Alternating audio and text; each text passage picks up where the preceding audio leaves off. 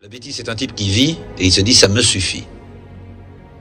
Ça me suffit, je vis, je vais bien, ça me suffit. Et il se botte pas le cul tous les matins en disant c'est pas assez. Tu ne sais pas assez de choses, tu ne vois pas assez de choses, tu ne fais pas assez de choses. C'est de la paresse, je crois, la bêtise. Une espèce de graisse autour du cœur qui arrive, une graisse autour du cerveau. Je crois que c'est ça.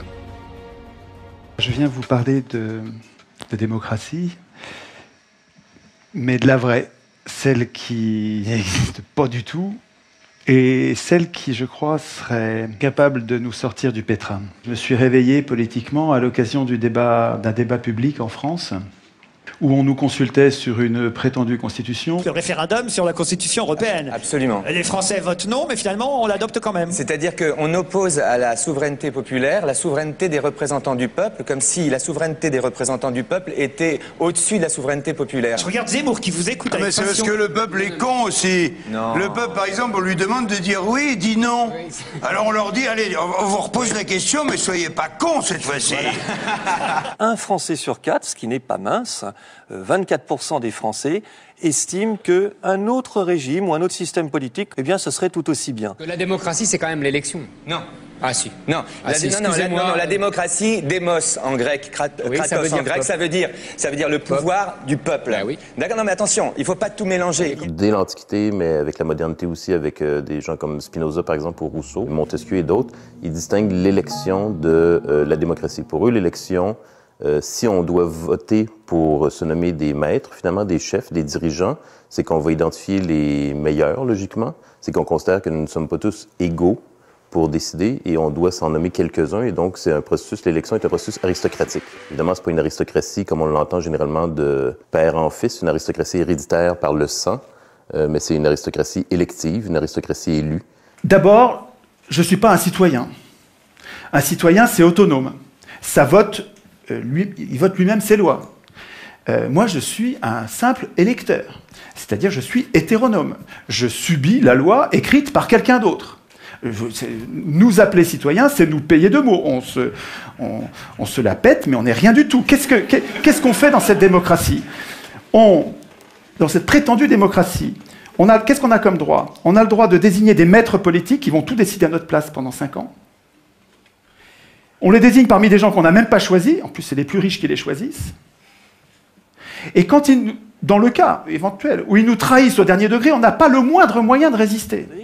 Vous le voyez ici, donc les PME, l'armée, la police, les niveaux de confiance sont élevés. Et surtout, derrière, c'est la dégringolade. 23% seulement de confiance pour les députés, 23% également seulement de confiance pour les médias. Ah, les médias, oui. Et 8% de Français seulement qui font confiance aux partis politiques. 8% de Français qui font confiance aux partis politiques. Et vous la partagez, cette défiance, dans les gens qui nous gouvernent aujourd'hui? Il y en a que vous aimez bien, d'autres que vous aimez moins? Non, mais je suis vraiment contre la démocratie représentative. C'est un régime qui doit cesser. Donc, quel que soit le gouvernement en place, ça ne changera rien pour moi. Enfin, c'est pas le problème. Le problème, c'est qu'il faut rendre... Vous savez, c'est bizarre, parce que la Révolution française s'est faite quand même en grande partie sur les idées de Rousseau, qui ne reconnaissait qu'une seule forme possible de démocratie, c'est la démocratie directe. Donc, tout ça a été très rapidement confisqué.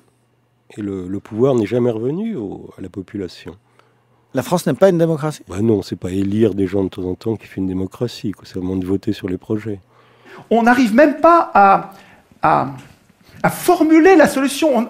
On a besoin de la démocratie, mais on n'arrive pas à le dire puisque le mot est pris par son contraire. C'est génial d'avoir inversé les mots. C'est du Big Brother, absolument. Hein. Ça ne s'est pas passé par hasard. C'était pas bien au début, en 1789, quand ça a commencé il y a 200 ans, et puis ça s'est pas dégradé. C'est pas du tout ça.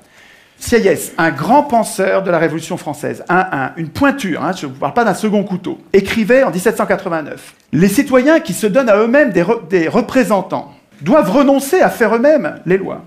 Ils n'ont pas de volonté particulière à imposer. S'ils dictaient des volontés, la France ne serait plus cet État représentatif, ce serait un État démocratique. » Le peuple, c'est toujours du Sieyès, hein, le peuple, je le répète, dans un pays qui n'est pas une démocratie, et la France ne saurait l'être, le peuple ne peut parler et ne peut agir que par ses représentants. Attends, ce gars-là n'était pas un démocrate. L'autorité, c'est la force qui obtient une obéissance consentie. Hein, la force qui obtient une obéissance consentie.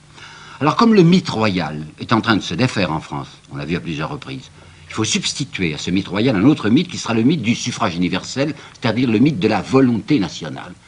Et cette fois, ça sera extrêmement puissant comme rempart. C'est la volonté nationale elle-même qui décide qu'il faut faire une république, par exemple, conservatrice.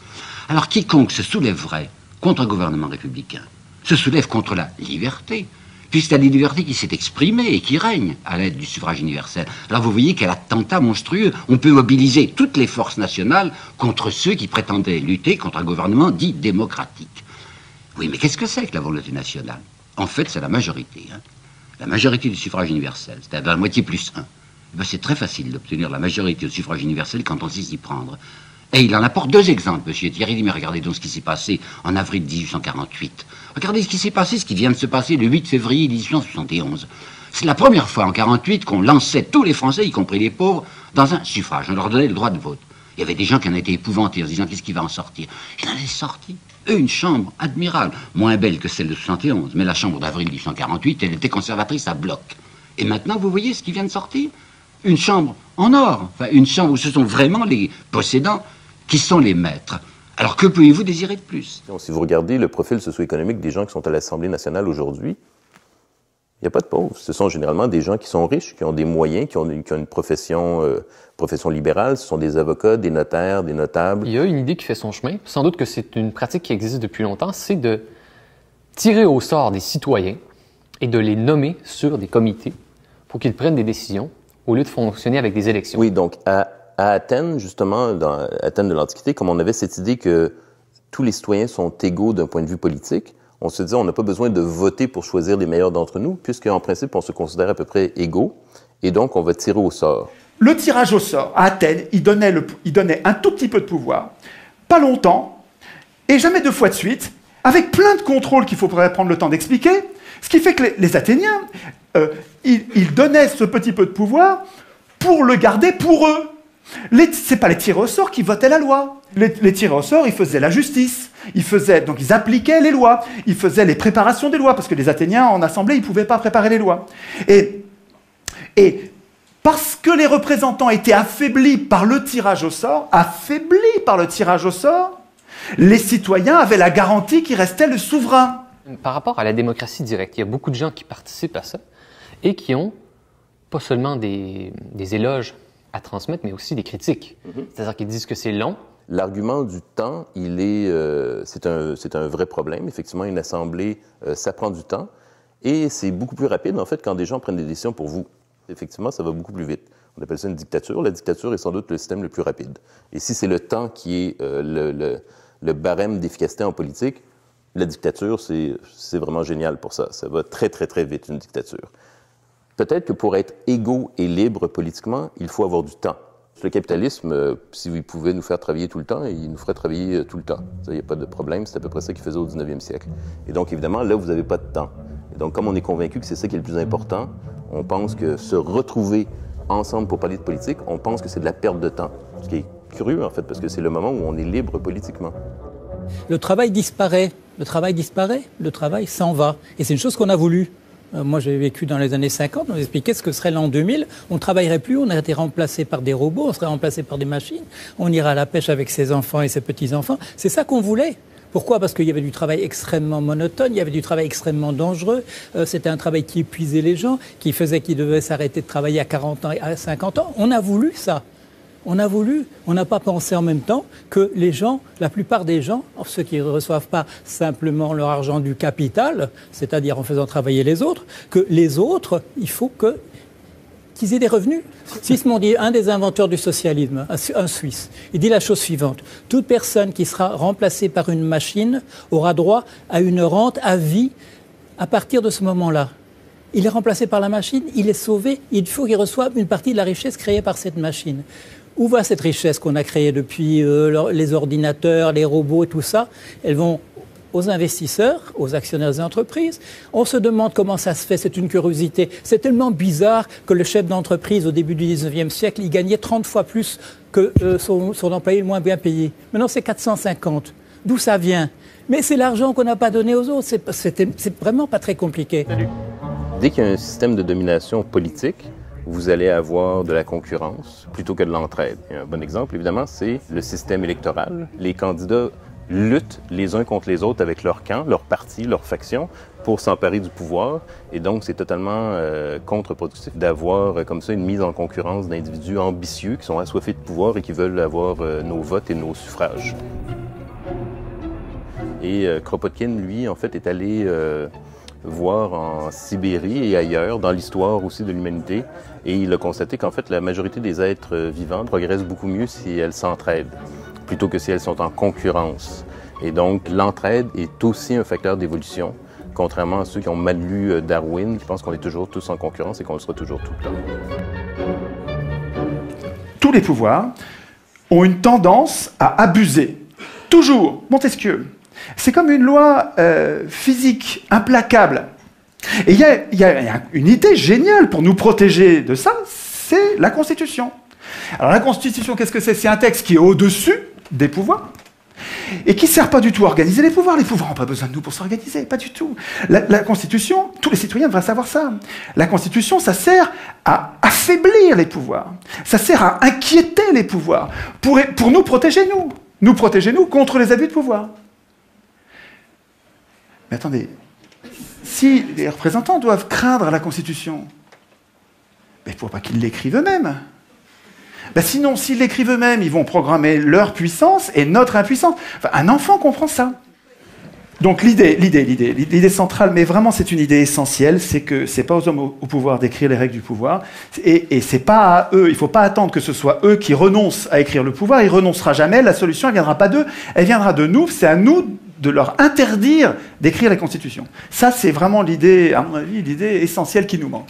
Il faut que vous connaissiez cette pensée d'Alain, qui est un penseur formidable, qui disait « Le trait le plus visible de l'homme juste », et de ne point vouloir du tout gouverner les autres, et de se gouverner seulement lui-même. Cela décide tout. Autant dire que les pires gouverneront. Si les gens bons ne veulent pas gouverner, et qu'on donne le pouvoir, comme dans le gouvernement représentatif, à ceux qui le veulent, les pires gouverneront. Ce piège, qui est désespérant d'Alain, Alain, il a raison quand il dit ça, il a raison dans le gouvernement représentatif. Parce que tant qu'on donne le pouvoir à ceux qui le veulent, tous les gens qui sont justes, qui sont bons, qui ne veulent pas du pouvoir, on ne les aura pas. Il y a actuellement une idéologie à peu près dominante qui consiste à dire à peu près l'histoire politique de l'humanité est terminée. Nous avons trouvé la société parfaite. Bien sûr, elle n'est pas parfaite, mais c'est tout ce que l'humanité peut donner. Alors, si on fait la liste de tout ce que l'humanité peut donner, avec la situation actuelle, avec les ventes d'armes à l'Iran, avec le Iran Gate, avec la mort par inanition d'une énorme partie du tiers-monde, avec la rivalité entre les deux grands, quels que soient les accords qui passent, etc., qui peut d'un moment à un autre déboucher à une catastrophe, avec les problèmes écologiques fantastiques qui existent. On s'aperçoit que cette position, l'histoire politique de l'humanité serait terminée, qu'on a trouvé la forme parfaite, est absolument inacceptable. C'est qu'il nous faut autre chose. Et cette autre chose ne pourra être à la mesure des problèmes qui se posent que si effectivement il y a un changement des attitudes de la population, du peuple, des gens, de vous, de moi, des autres. C'est-à-dire qu'ils comprendront qu'il y a quelque chose qui s'appelle la chose publique, et cette chose publique n'est pas ce monstre qui est dans un coin, c'est nos affaires, que ça nous concerne, et que si on s'en occupe, ça nous retombera sur la tête, dans le cas extrême sous forme de bombes nucléaires, dans d'autres cas sous d'autres formes. Allez sur le message.org qui a été fait par l'un d'entre vous. Il me semble que nous devrions, comme des virus, à la base, sans attendre que des médias ou des gens puissants se passent quelque chose, il faut qu'à la base, nous passions le mot entre nous en disant « il ne faut plus que l'Assemblée constituante soit élue, il faut absolument que l'Assemblée constituante soit tirée au sort ». De là, tout va découler.